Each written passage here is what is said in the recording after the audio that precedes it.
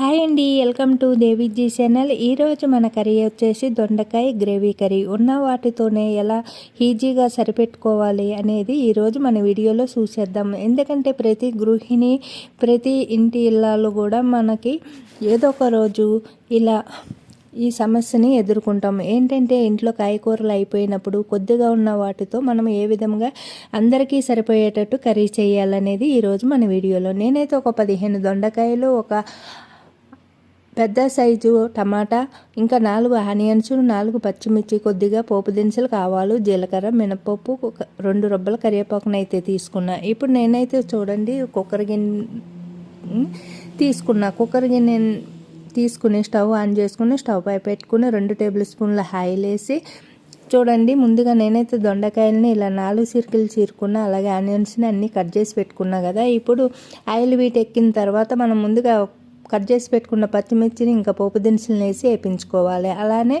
దొండకాయలని వేసేసుకుని వేయించుకోవాలి. లేదంటే మనం ముందుగా దొండకాయలు వేయించుకుని ప్లేట్లోకి తీసుకోవాలి. నేను అలా కాకుండా నాకు ఈజీగా ఉండేటట్టు ఇలా అయితే చేసుకుంటున్నాను. మీరు కూడా మీకు ఎలా ఈజీ ఉంటే అలా చేసుకోండి. ఇప్పుడు నేను పచ్చిమిర్చి, పోపు దినుసులు అన్నీ వేగిపోయిన తర్వాత దొండకాయలు వేసి దొండకాయలు వేగించుకోవాలి. వేపించడం వల్ల దొండకాయకి కర్రీకి టేస్ట్ బాగా వస్తుంది. ఇప్పుడు దొండకాయలు బాగా వేగిపోయిన తర్వాత ఆనియన్స్ వేసేసి 1 స్పూను అల్లం పేస్ట్ వేసిన. అల్లం పేస్ట్ ఇంకా ఆనియన్స్ బాగా వేపించుకోవాలి. ఎందుకంటే దొండకాయలు మగ్గవు కాబట్టి నూనెలో కొంచెం ఫ్రై అవుతాయి కదా, అట్లా అందుకనే ముందు ఫ్రై చేసేసిన. అలాగే కర్రీకి కూడా టేస్ట్ బాగా ఉంటుంది. ఇప్పుడు నేను ఆనియన్స్ వేగిపోయిన తర్వాత టమాటా ముక్కలను కూడా వేసేసి, అలాగే ఒక 1/2 స్పూను కారము, చిటికెడు పసుపు, 1 స్పూన్ సాల్టు, కొద్దిగా గరం మసాలా అయితే వేసుకున్నాం. గ్రేవీ కావాలి కదా మరి, అందుకనే. ఇప్పుడు ఇది బాగా కలుపుకుంటూ టమాటా మగ్గేంత వరకు ఫ్రై చేసుకోవాలి.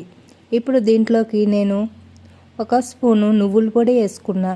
ఇలా ఏ కర్రీలో కన్నా నువ్వుల పొడి వేసుకుంటే చాలా టేస్టీగా ఉంటుంది. నేనైతే నువ్వులని ముందుగా పొడి చేసి పక్కన పెట్టుకున్నాను. ఇప్పుడు కొద్దిగా వాటర్ని అయితే వేసుకున్నాం. మనం కుక్కర్లో తయారు చేస్తున్నాం కాబట్టి వాటర్ ఎక్కువ పడదు.